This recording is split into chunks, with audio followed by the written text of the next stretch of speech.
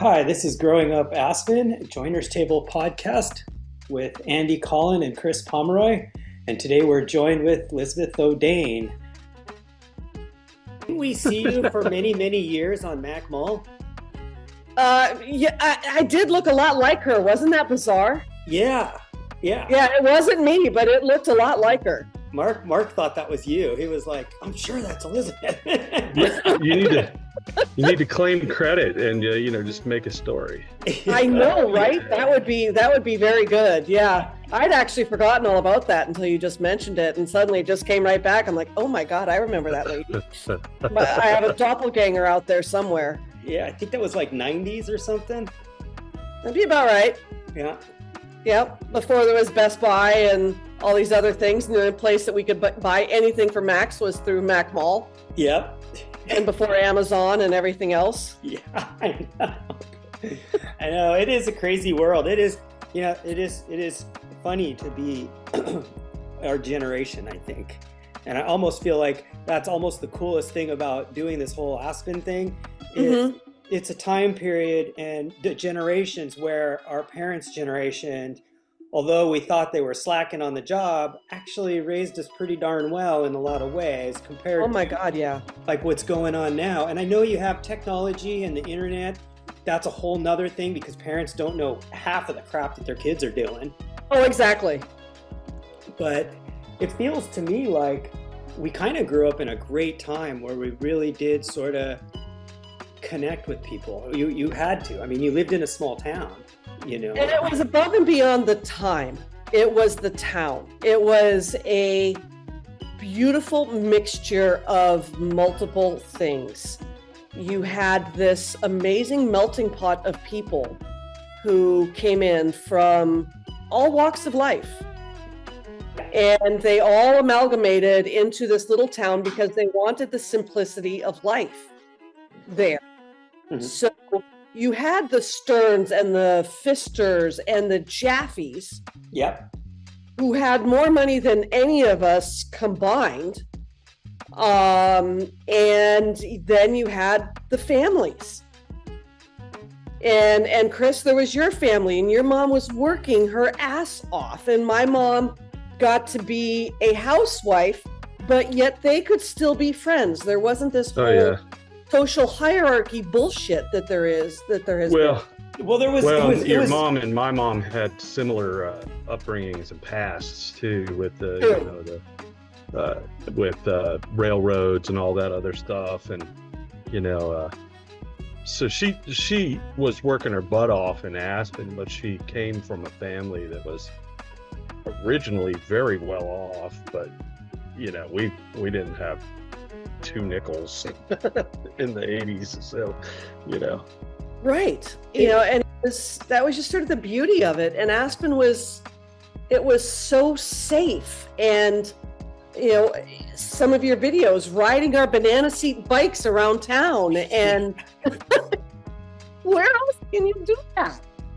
Well, I felt like it was a certain sense of respect for each other, rather an intrigue in people being different.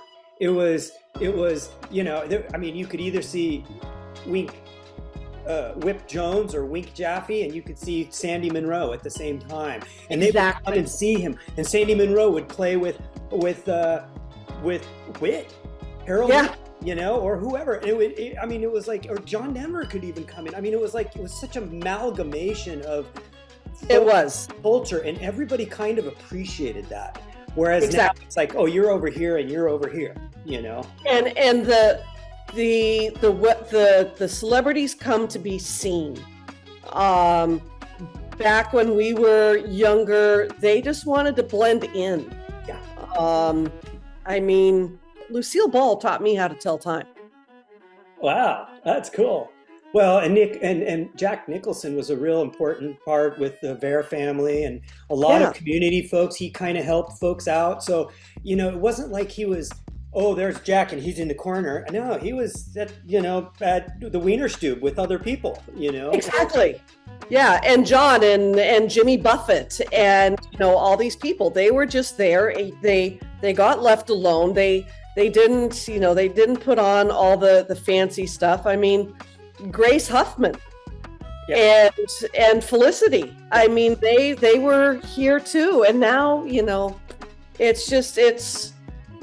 it was a special time in a special place. Yeah, I think so. Well, then you had Catherine Thalberg too, whose parents were literally Hollywood royalty from the silver screen era.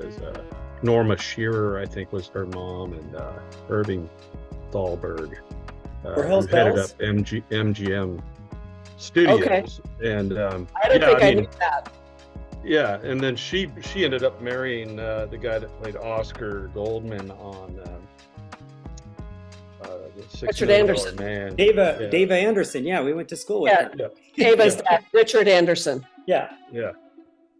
So yeah, I mean, it's crazy. And you talk about Lucille Ball teaching you how to tell time. I think Lowe had a similar story before they moved to Aspen. He had somebody come up and tell him something at Christmas or something. It's like it's just really weird.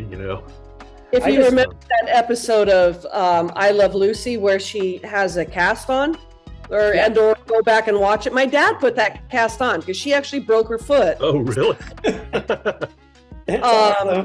So she was in Aspen and she broke her foot, and she and my dad got to be friends. And I wish I could remember exactly the story, but they were all supposed to go out, and there was some highfalutin dinner, and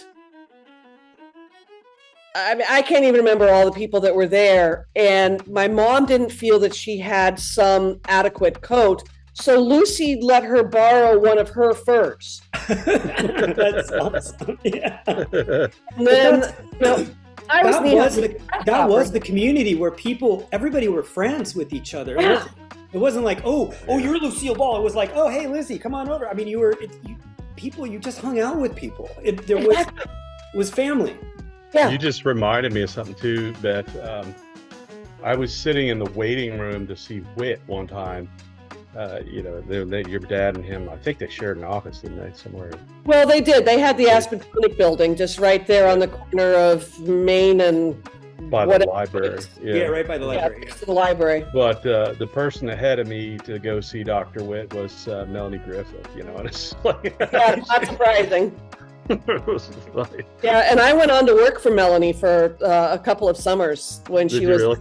Yeah, she rented a ranch out on McLean Flats, and I helped her out with the horses. Oh, wow. Thanks for listening.